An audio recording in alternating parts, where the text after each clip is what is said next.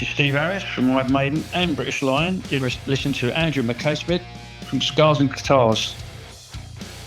G'day everybody and welcome to yet another instalment in the show. Gosh, I'm zeroing in on the 1000th episode. It's over 100 episodes away.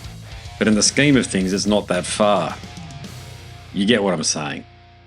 And it's great that I've got Niclas Engelin from the Halo Effect, formerly of In Flames, and he was a fella at the centre of Gardenian as well. But the catalyst for this chat and the reason that Nick is on the show is because of a brand new Halo Effect album, March of the Unheard. It'll be out early next year. I've heard it and it is an absolute cracker if you like your Gothenburg-influenced Swedish death metal.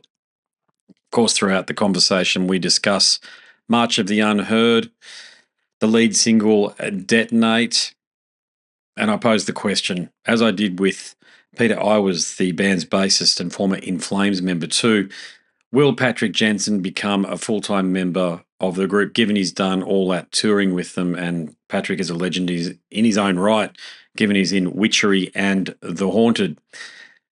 Elsewhere in the chat, Nick covers his tenure with Engel, one of his many other bands, his experiences aboard 70,000 tons of metal, unexpected collaborations. Yes, we discuss Gardenian. He shares insights into personal growth, creative philosophy, and just reflects on his career for a moment. It's one of those episodes. We definitely do not talk In Flames. Okay, so I didn't go there this time around, and there's a bit of an exchange in the introduction there, which will put some context to it all. But it's always great to catch up with Nick. I do enjoy his company, and here's another conversation with him. Let's go. Here he is. How are you going, mate? How are you, Andrew? Yeah, good, mate. Good. I don't know whether you remember, but we've caught up before doing this thing, but we actually did meet each other on 70,000 tons of metal. Yeah, we did, and we did one of these interviews last time. So maybe this time we skip the In Flames part, right? If you want, why not? Yes. You don't want to talk In Flames. I actually hadn't planned any In Flames questions for you because I asked Peter, but you don't like talking In Flames. Yeah, but I think one of our first interviews stirred up a little bit. I think it caused someone who in the camp, blah, blah, blah. So if we skip the In Flames part, I will be much better, I think. I'd rather talk about the Halo Effect. Is that okay with you, Andrew? Oh, of course it is. Yeah, no, I genuinely hadn't. I do have questions about Gardenian, though, so you got to let me ask you a few questions about that. But, Gardenian's all fine. Yeah. God, they're a sensitive lot, aren't they? Though, if we can't talk about something which was integral to your career, but that's life. Yeah, I know. I know. We can, but that interview something cost for some in the camp went rah about it. So just blame me. It's my fault. I ask you the questions. Listen, you can only ever answer the questions that I ask or someone asks. It's not your fault if someone asks a question. Yeah, I know. Just go. Let's start the interview, Andrew. All right, sweet, mate. Yeah. March of the Unheard. Okay, so I'm a fan of the Halo Effect and particularly what you did on Days of the Lost, okay? Yes. But, so the obvious question is, and I understand you're the chief songwriter, everything goes through your hands in some way, shape or form. So would you say that this album in its own way has been an evolution from the debut? You can say that. You can, Andrew. I think that now I've done a bunch of interviews for this campaign for March of the Unheard, and I didn't think of it at first while writing or recording and before we started the campaign. But if you compare or you follow the evolution of the band, Days of the Lost, that was our first album. That was us, the Halo Effect for the first time. And then we went out to do amazing stuff, touring the world and meeting you, Andrew, and doing a lot of shows, festivals, tours. I think that shows in a healthy way that we have moved to. I mean, we. I hate the word of mature. I mean, we are old as vampires already, but it feels that we feel more comfortable, and this is a confident album. I think it's more of everything. It's more of melodies, solos, and some passages throughout the songs on the album are even, can I say, proggy? Yeah, I agree. Yeah, like a song, I mean, broader. like a song. Yeah, like a song like Detonate. It has guitar passages that only comes once throughout the whole songs, and then we leave it and move further. We didn't do that on Days of the Lost, but this time it felt natural to do such a thing. And we feel good about this one. Okay. Yeah, I was going to ask you, I have a question about Detonate, actually. So I know that the presser has described it as upbeat, straight-in-the-face song with all the melodies that you just can't be without. It's pretty much the Halo Effect song, though, isn't it? It's got everything that you've ever been and everything that you're becoming. yeah. Extra everything. Yeah. That's true. But I think it's a funny song and even funnier to play, I think, because stuff happens all the time.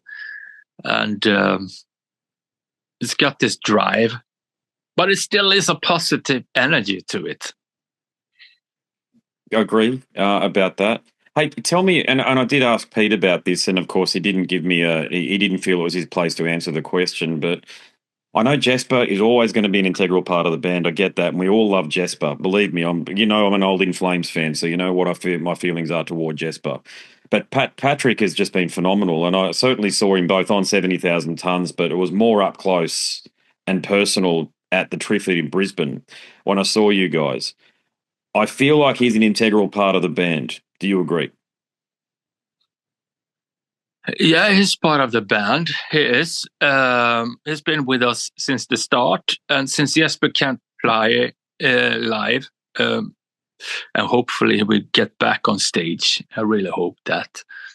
No, Patrik has been with us from the start, and he's a great guy and a great guitar player, and it feels good to have him on board, and it makes sense because we come from the same genre and the Haunted. I mean, what an amazing band.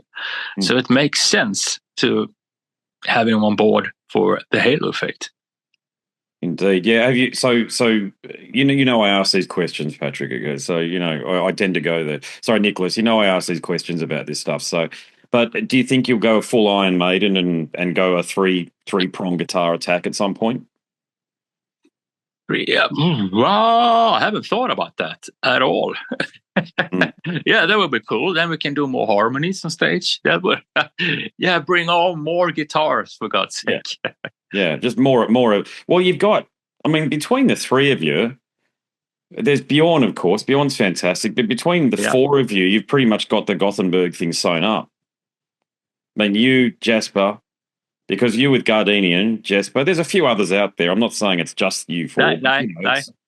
Yeah, I haven't thought about it that way. Yeah, but I think it's interesting to see that all of us got our own imprint, our own playing in the flesh, and our way of writing music, I think. So it's 4 different styles, if you like. What about, I know this is more of a question for Michael, but look, we're having the chat. So like the lyrical themes and some of the topics that you decided or Nick or Michael decided to tackle this time around, was there anything different or anything specific that you guys were looking to address? Ooh, that's Michael. He's the big poet and artist. I think this time the title track March of the Unheard and its video make a stand to give the voiceless a voice in our society that doesn't necessarily have a voice or have the power to speak for themselves. And that goes back to, I mean, being a misfit, so feeling like an outcast in high school and such, because you were having a back patch with Iron Maiden or Motorhead, and maybe you were 2 or 3 other guys in the whole school, me and Jesper. That's also one thing. Because we kept our voices on our sleeves as a back patch and all these patches of Judas Priest and stuff. That was a standpoint. Hey, we love heavy metal, and we don't feel ashamed for that. Yeah, we were kind of the minority of the school, so to speak. Yeah, I hear. Yeah, know the feeling. Remember it well, actually. Yeah. Did you think that this band would be a bit of a second coming for you? Or third coming in your case? How do you mean, Andrew? So Gardenian is beloved by old school fans like me. Then you've been in Flames, and now there's this. Plenty of seasoned musicians start things and they don't really go anywhere. They kind of get popular with the fans of the established group, but they don't branch out. I feel like, and I could be wrong, but this is my perception of things. Certainly, Nuclear Blast have given it a big red hot go, and John's right behind it here as well. Yeah, but it's organic too. People are genuinely liking what the Halo effect is all about. There's not a lot of, you know what I mean. It's not the fandom around it isn't fake. Okay, it's genuine. So when you first start, the whole idea behind the Halo effect was to get all these great musicians together and for you to keep on riding in this Gothenburg style that you're so good at. But did you think it would take off and be as successful as what it is? No, not for me personally. Not for me. I remember it quite clear. We were supposed to launch the first video, Shadow Minds, for start the whole campaign with the Days of the Lost album. It's gonna be out tonight. Or all right. I didn't think about it. I went to bed and I slept, and I woke up and the phone was like this, full of messages and phone calls. What have you done? What is this? I didn't think of anything. I don't know what to expect of this, but apparently it caused a stir, and people was like, "Wow, what's happening? This is so cool and so fun and so happy." So everything to me has been a bonus as getting Metal Hammer Award. Yeah. Grammy nomination, being on the charts in several countries. I mean, I didn't even think in those terms. And then being able to tour with the Halo Effect around the world, it's just amazing. And meeting all these people again. To me, music comes first. Always music. I have to feel comfortable about that and have fun with that. And then I didn't think of us doing this again in those terms. It was just, all right, another bonus. All right, bring on the guitars. Let's do it. Yeah, cool. Yeah. Well, it really rammed it home, though, that 70,000 tons of metal effectively had Halo Effect kick off the whole cruise. I know Crypta played before you, but still that was in the smaller theatre. You guys played the main one. And do you remember how many people were in there? I had to stand right up the back. It was very hard to watch you guys because how many people were in there. That's also one of the things. No, I remember it was 2 great shows, and it was sun, and you were able to run on the deck because I'm a runner. I love that. And hanging out with all these people and just talking metal 24/7, which is just amazing. No, I remember it was packed. Both shows was packed, and people were showing it interest, and you could feel it, that they were genuinely happy about being on the boat playing. For sure, yeah. All right, so that's Halo Effect, and I mentioned your other 3 bands, and we're not going to talk about In Flames. I get that, but what about Engel? Can we ask questions talk about Engel and about maybe what's going on there, if anything's happening? I mean, I would love to do another Engel album because I love those guys, and they are a super duper force of nature musicians. But I wish there was more hour in the day to do so. Yeah.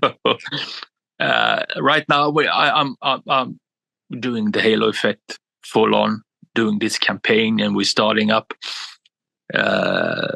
for the tour preparations that we are doing. We're starting in Oslo on the 15th of January.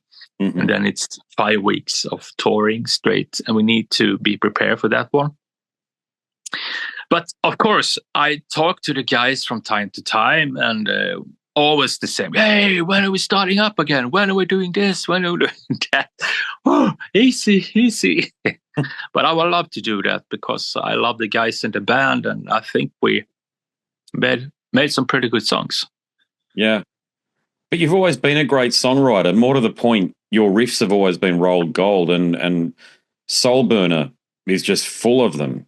Okay. And it's an album beloved by old fans. You know what I mean? Like people like me. Yeah. So have you been approached to play, like, you know how like bands are getting back together to play a single album? Like I think Acid Bath are just doing it recently. There's a few things that are going on around that. Has a promoter hit you up about Soul Burner or Gardenian? No, not really. It's more labels has been shown interest of releasing those albums on vinyl again, which I would love to do since it's never been released on vinyl.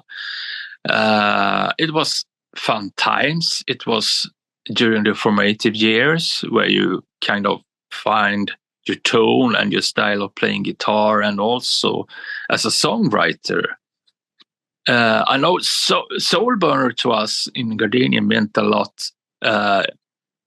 I mean, the album in itself, when I listen to it today, it's all over the place. It's a lot of genres, but in some ways, it's a funny album to hear. And I can tell that we were onto something, but we didn't know how to pull it off properly. And it was a great starting point when you start writing your own music and you start to experiment a little bit more with the guitar and what you could do and stuff like that. No, I love those albums and I love those guys. They're great. Mm. Do you have any riffs that you wrote back in that era, that Soul Burner era, or even earlier, that you've held onto for this period of time that might make an appearance on a Halo Effect album? Yes, I have to agree. Yes, awesome. Most definitely. On Days of the Lost, there are riffs or a riff that I I can't write music, that I did composed from 91, I think. 91, 92, something like that. And someday I will point it out. And that goes even for the March of the Unheard album. It's the same thing. There are some riffs here that's been made in 95. Awesome. Fantastic. Which ones? Can you point them out? There is stuff at the song Burning Point. Okay. Nice. I want maybe someday I will You'll point reveal. it out. You'll reveal. Yeah. Okay. All right. No, at least I got one there. We can do that on the next cruise. Absolutely. Yeah. What about, just looking back over the whole thing, are there any songs or albums that you've worked on that you feel didn't receive the attention that they might have deserved? I do not think in those terms.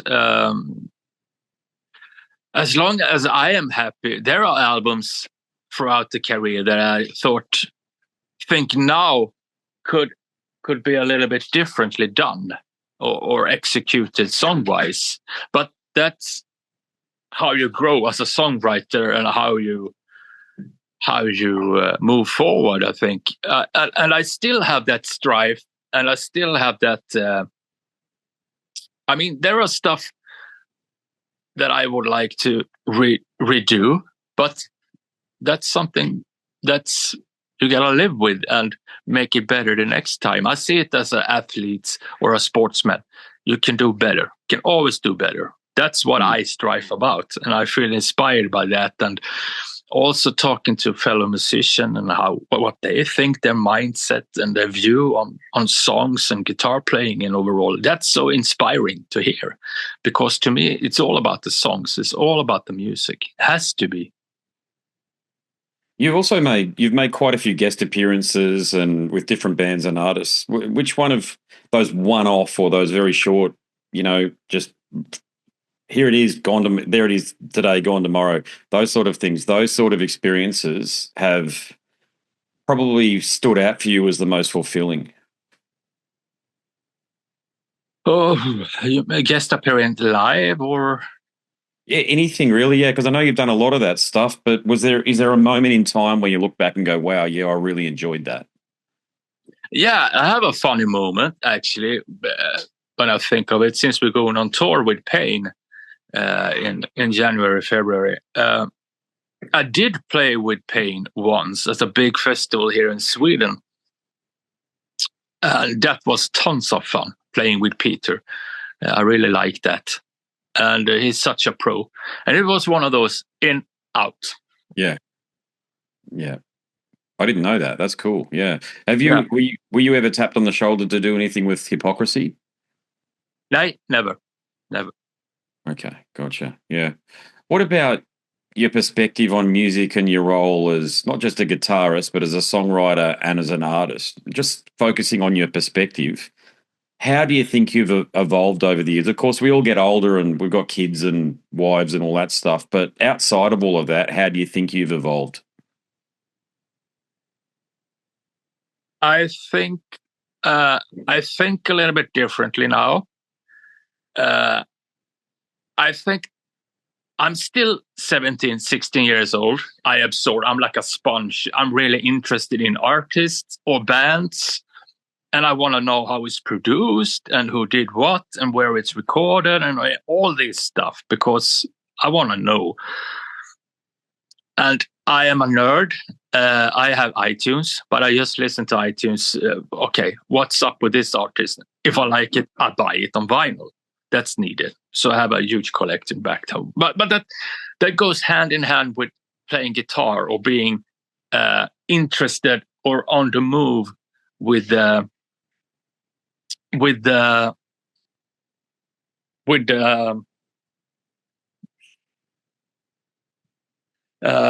being on the move with songwriting. I think you need to be still a kid, I think, in a way, to be actually I tend to listen more now to melodies and to feelings, what a certain song can bring or what kind of vibe it has. And it doesn't necessarily have to be heavy metal or anything like that. As long as it's music that grabs me or gets my attention, I'm there. What about the role of artificial intelligence? I think I've asked that on just about every second interview at the moment, and I'm always keen to get the more experienced and the musicians that have been around and done it. Do you see AI as a threat or an opportunity? It's a little bit of both. I think, playing music or any art, writing a novel, a book, painting a beautiful painting or whatever, you can't take that away from human hand or human mind. It's something that's been around forever. It's a craftsmanship, and so is carpenters or painters or whatever you do in that kind of line of work. And it saddens me when you see these tests. Oh, I wrote Iron Maiden / Creator and Judas Priest, and then I get the song, and here's the cover art. I wanted a devil. Here it is. Wow.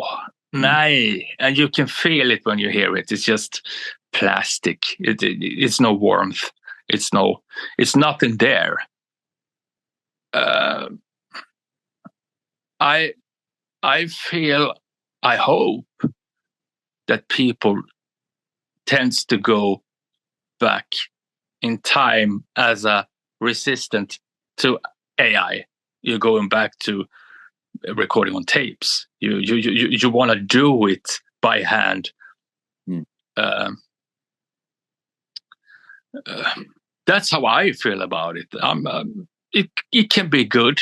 It can be used wisely. If it's used wisely, then it's good. But it frightens me at the same time.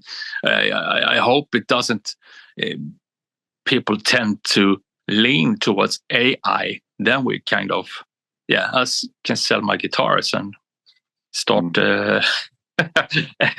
making my own food or whatever. That's how I see it. You can never replace a human hand or a human mind or a human written song with an AI. I think it's beneficial for established artists and acts like you. I think it's very challenging for this next lot that are coming through, because I think there's a lot of pressure on them to use AI and meld a lot of genres together. Because as you know, you don't even write a song these days. You can just type it into whatever that GPT is, and it brings it up. Same thing with like the artwork. Like even Deicide used it in their last album. So it's here and it's not going anywhere. Unfortunately, it is what it is. But I tend to agree with you. I think you summarised it very well. It's both a threat and an opportunity in the way that you just outlined. But in your answer, you also alluded to your philosophy around things, which is really an artisan or a technician's approach to crafting music. Do you have a guiding philosophy or mindset that you adopt when you're writing, like purposefully adopt? I mean,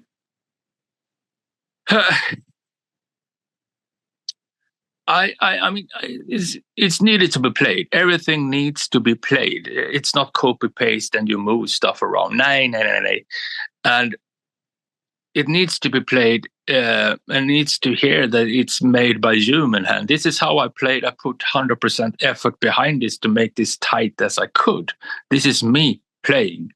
And I love that when it pulls and drags you a little bit. Like, then it's a live vibe to it. It's a human hand. I think that's important. And I love this nerdery with different guitars, different amps, talk about sound and how it make you feel. And if that goes away, I go away, because that's how I got brought up shown by my idols or my guides along the way. They show me like, here's how you do it. Here's this guitar and it works like this. And then you gotta make something up for yourself about these that you have been given. So I don't know anything differently than record and make music like that. And I see you got your basses or guitars in the background. Would that go away? It doesn't make sense to me. No, I think rock and metal is going to become like jazz in that, it's inbuilt, but it's never publicized. Jazz is never publicized. It's just there. Rock and metal, I think, it's almost at that point now. As soon as the Bon Jovis and the Metallicas retire, and there's none of that, Paul McCartney goes and Rolling Stones go, and Iron Maiden have probably got another 15 years in them since the change they've made overnight. So, but I really think we're looking at the last epoch of rock and metal as anywhere near a mainstream force, okay, which is actually going to bring up a lot of opportunities. But with those opportunities do come challenges. And I haven't had an opportunity to interview this band, but they're called Electric Callboy, and they're from Germany. Have you heard of them? Yeah. I know. I have heard of them, and they're massive right now. They're popular. Yeah. But that's heavy metal, but not as we know it, isn't it? That's what I'm talking about. It's not like Halo Effect. That's pretty much, I'm sure you can see it when you look at Halo Effect's crowd. They're people like me, 30s, 40s, maybe 50s. Yeah. I'm not saying you're an old band. I'm saying that you've got us Dyed in the Wool fans, and we all come out for it. But Electric Callboy, I couldn't tell you what type of fan they got, because obviously they're not going to be someone like me, not some music that I would listen to. I've played them on my music show just out of interest's sake. But I think that's, like it or lump it, I don't know, whichever way we want to look at it, that's the future of the mainstream face of, can I call it extreme metal? There you go. It's bizarre, but there we are. Yeah, but I think it's interesting on the other side of that spectrum, Electric Callboys, then you have this amazing band, which I think is really rewarding, Blood Incantation. Oh, yeah. Yeah, and I've spoken to Morris. Yeah. Yeah. And they released an album this fall, Absolute Elsewhere, which I found really, really good and interesting. These guys put time and effort into recording. It feels warmth. It feels comfortable when you hear it. This is old school Morbid Angel, Immolation, all this stuff that I love. And then all of a sudden, they break into some Pink Floyd, Tangerine Dreams, kind of, wow, or make it dreamy. And that makes it really, really interesting. And it's done by hand. And it's music that you have to listen to for some time to get into, to absorb the fully what they want with their music. But I think that's interesting and healthy at the same time when you have bands like Blood Incantation, who is pushing something and making something from old school thing, death metal, their own. Yeah, I agree with you about the recorded output, not live, though. They're not like you guys live, unfortunately. And look, I think Morris is a genius. I'll say that now. But I think the rest of the band don't have the stamina to keep up with maybe where he's taking the band. They played Brisbane, mate. They're on stage for, I don't even think it was an hour. And the singer sung maybe 4 or 5 songs in that because they've got very long passages, as you know. And and to the point where I think he disappeared for a bit. And that doesn't augur well for the long-term touring. And yes, you know, mate, you've got to tour with heavy metal. That's what it's built on the back of. Yeah. And I think we've sort of those days of bands playing just a 45-minute, 1 hour set, then disappearing. I think they're gone. So I think like you guys, you came out and played for what, 2 hours in Brisbane at the Triffid, I think it was, if memory serves me correct. It was a long time. You played. Yeah, we played. I don't remember. But you know what I mean? You played all of the debut and then some songs that were coming up from this album. I remember you were talking about that, or Michael was saying that. So I think you've got to be able to do that. And I did speak to some people at the gig there who were as disappointed as I was that they didn't quite have that. And it's not a knock on Morris whatsoever. I just did notice that. And so I hope he gets some other musicians around him that can maybe take him in that direction that he wants to go. Mate, this is just my opinion. I could be completely wrong, but, you know, I've got a good sense for these things, having been a fan for a long time and doing the interviews and stuff. And I think that band is all about him and where he wants to go. So I just hope he sees that there are other opportunities and, like, there are some pretty fucking good musicians out there who need a gig, you know. I mean, you see that with the guys that go in and out of Morbid Angel, like Dan, Dad and Bon, you know. Dan, who's played in Incantation and a few other bands as well. But look, I digress. I like sharing my opinions. You know that by now.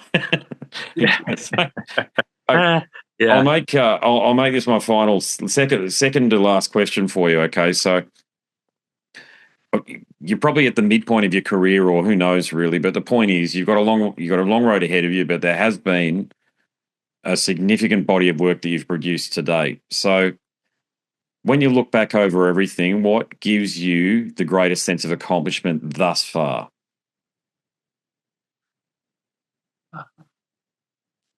I think I feel proud. I feel happy about doing stuff. If I set my mind to it and doing stuff, I do it.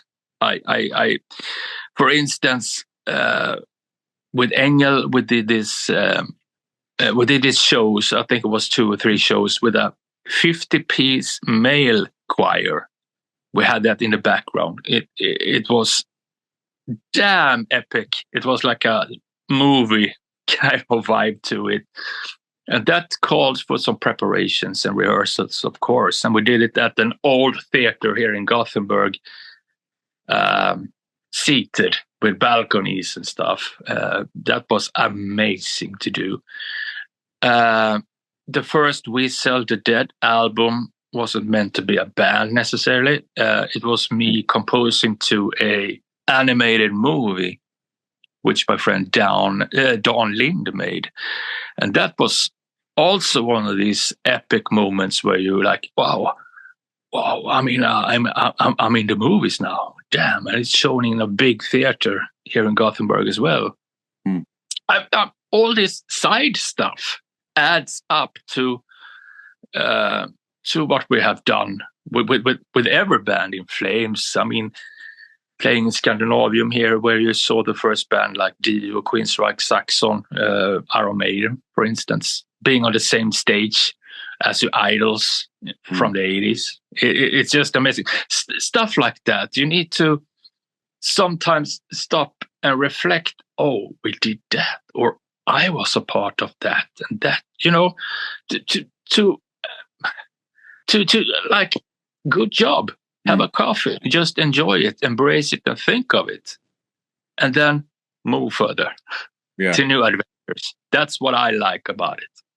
And then also, I mean, this line of work, being able to travel the world and meet tons of new friends and hang out and have a talk about, like we do now, on metal or music or life in general. I have a saying, obey the riff, as you maybe know by now.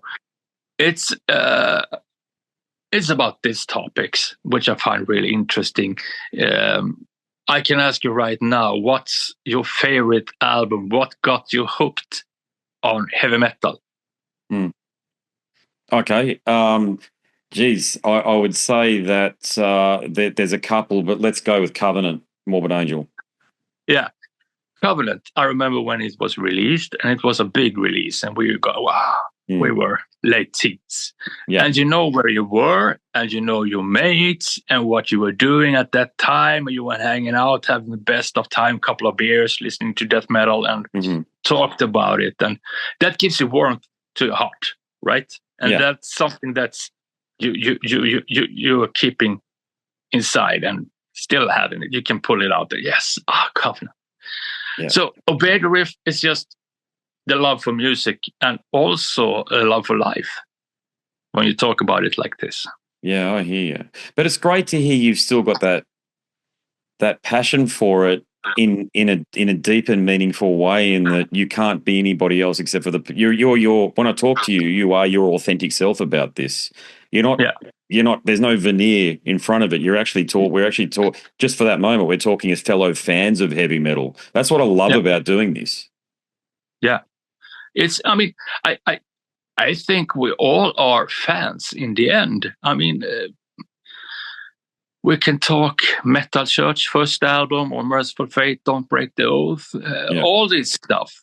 And when you got hit by lightning the first time, I remember these albums coming out. I was maybe 10, 11, and I got, what is this? How do I play this instrument? How do I do it? And all that stuff. And it's important to still be able to feel that and be able to talk about these albums that meant the world to you. And that's inspiration to me. And I'm getting happy doing so. Like, here's a question for you. Do you remember where you were the first time you heard Iron Maiden? First time I heard Iron Maiden, yes. I was actually... where were I? I was at a friend's place. We were playing football or something like that. And we sneaked into his older brother's room, and he pulled out the cover art first for The Number of the Beast. And then he put it on. It was like, that was the first time I heard or knew about Iron Maiden. But isn't that interesting? I tend to have this is the first time I've shared this on the show, but I tend to have this method of separating fans, from us genuine, no bullshit, dyed-in-the-wool heavy metal fans. We can always answer that question, where we were when we first heard Iron Maiden. I'll never forget, I was on the train listening to them I think it was a Discman, and I heard a Power Slave first, and so it was Aces High. I mean, you hear that, and he said, it's like it's like you're hard-coded into that, and it never leaves you. No, you never. You just want more. And the beauty of this is that we have different stories, different angles. And as long as you can stay positive to that, I mean, I've been into conversations quite lately, where I have to. Oh, it was a heated conversation about the new Carrie King solo album came out with Mark from Death Engel on vocals, and to me it was like, and that was a great album. Still is. It is thrash. It's punk. It's doom. It's everything that you can think of. And I just had to defend myself against two other people. Oh, do you like that one? Really? Why do you like it? It felt like I was 15 years old back in high school. Why I love Motorhead, No Sleep to Hammersmith. I had to defend myself. And I thought in the midst of this heated conversation, I just had to, you know what? I like what the fuck I want to like. I love Carrie King and I love the album. Period. Let's have a more coffee. Everyone's got an opinion, but keep it for yourself a bit. No, you're not wrong. That's interesting. I have noticed that there's been some, I wouldn't say backlash, but a bit cynicism is the word. There's been some cynicism toward Kerry King and his solo venture, but my response to anybody who really questions why he's doing what he's doing is, what the hell's he? What else is he going to do? I mean, he's not old. Slayer's done. Yeah. And it sounds great. Great riffage, great song, great musicians playing on the album. And again, Mark on vocals. Yes. Yeah, Phil Demmel on guitar as well from or Ex Machine Head or what have you, and Paul on drums as well. Yeah, it's an all-star, thrash outfit, modern thrash outfit really is the way that I looked at it. And you're never going to hear Angel of Death again or Seasons in the Abyss. Like, let's just, my view on it has always been, let's just keep those albums for what they are, which is God tier. I don't want the bands to do that stuff again because they can't. And if they try to do it, it sounds like shit usually. So let's just hear whatever the new shit is that they've got to offer moving forward and support them in that way. And look, Kerry's just in Brisbane today, I think, just like probably as we're talking, maybe playing right now, funnily enough. Wow. I hate festivals, mate. I can't stand them, so I don't go to them. The cruises are a bit different because you can go back to your cabin on cruises, but the festivals can just be disgusting because I don't drink right. So you when you don't drink, you probably you sit on the corner and sort of look at everybody and go, I'm bored shitless until my favourite bands come on. But Kerry King's playing with all these other boring bands, to be honest with you. So poor bastard. I don't know how he managed on that. But I don't like in Australia, mate, you're probably aware of this, but bands come down here and they do the festival things and then they don't do any side shows. So if you want to see the band, you've got to go to the festival. So yeah, consequently, I've missed out on a ton of great bands because I had the stomach. I'm not saying I'm too old. I just don't like the festival environment. It's just a bit gross. The toilets and I hear you, my friend. I hear you, mate. On that front, it was interesting actually. I will ask you this question. We want to see you back down here, of course we do. Did you think that your last show who was it with? It was with the pirate metal guys, wasn't it? I can't remember their name, but they're from Toowoomba. Lagerfest or Lagerfest. Yeah. I know that. Yeah. How did you think that was organised? Was that really well put together for you? Nah, not really. It could have been better. That's what I heard. Yeah. Just, I don't know. When people take on these things, I think they've got to be mindful that there's a great band like you guys that's got a headline and maybe leave it to guys like Glenn Dyson. I'm not criticising them at all. I've only met them a couple or spoken to them like this a couple of times, but you really want them to sort of put their best foot forward about these sort of things. And I just think it could have been a little bit better attended. Again, it's just that, it costs a lot of money to promote and to do things. And there's a couple of guys in Australia that really know their shit, but that's the point. There's only a couple. Yeah.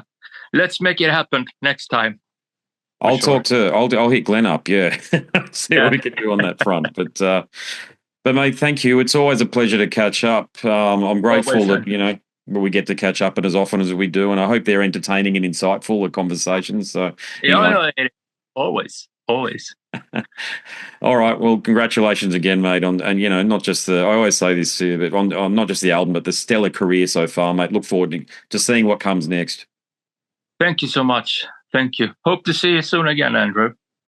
There you go. Another installment in my conversations with the great Niclas Engelin of the Halo Effect, formerly In Flames, and got to mention Gardenian, not the flower, Gardenian, the band, and Engel as well. He's been in a few other bands as well and certainly collaborated a lot more than I could ever mention in an intro or an outro.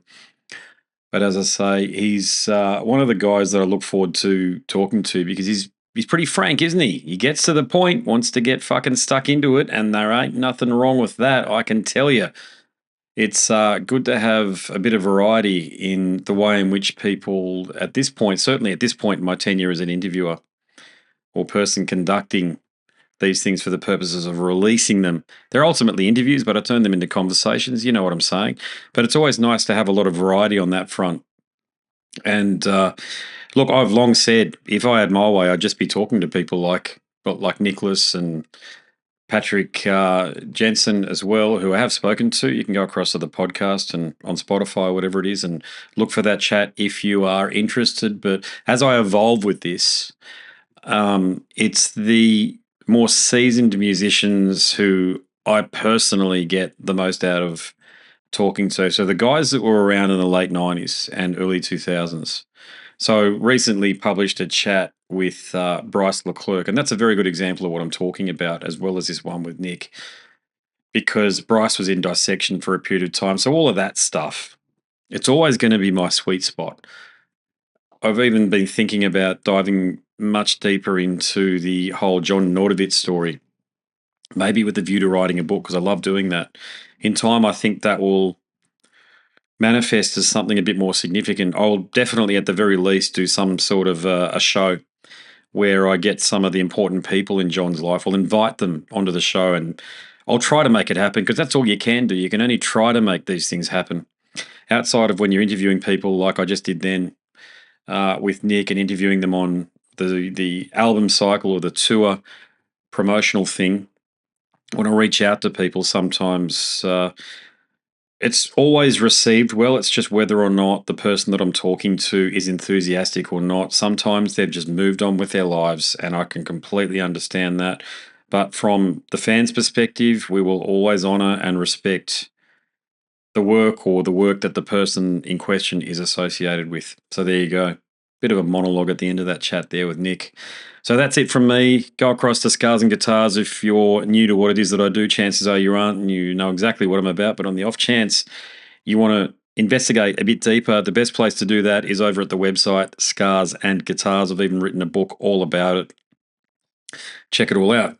My name's Andrew Mackay-Smith, and I'm the host of the Scars and Guitars podcast. Until the next one, it's a goodbye for now.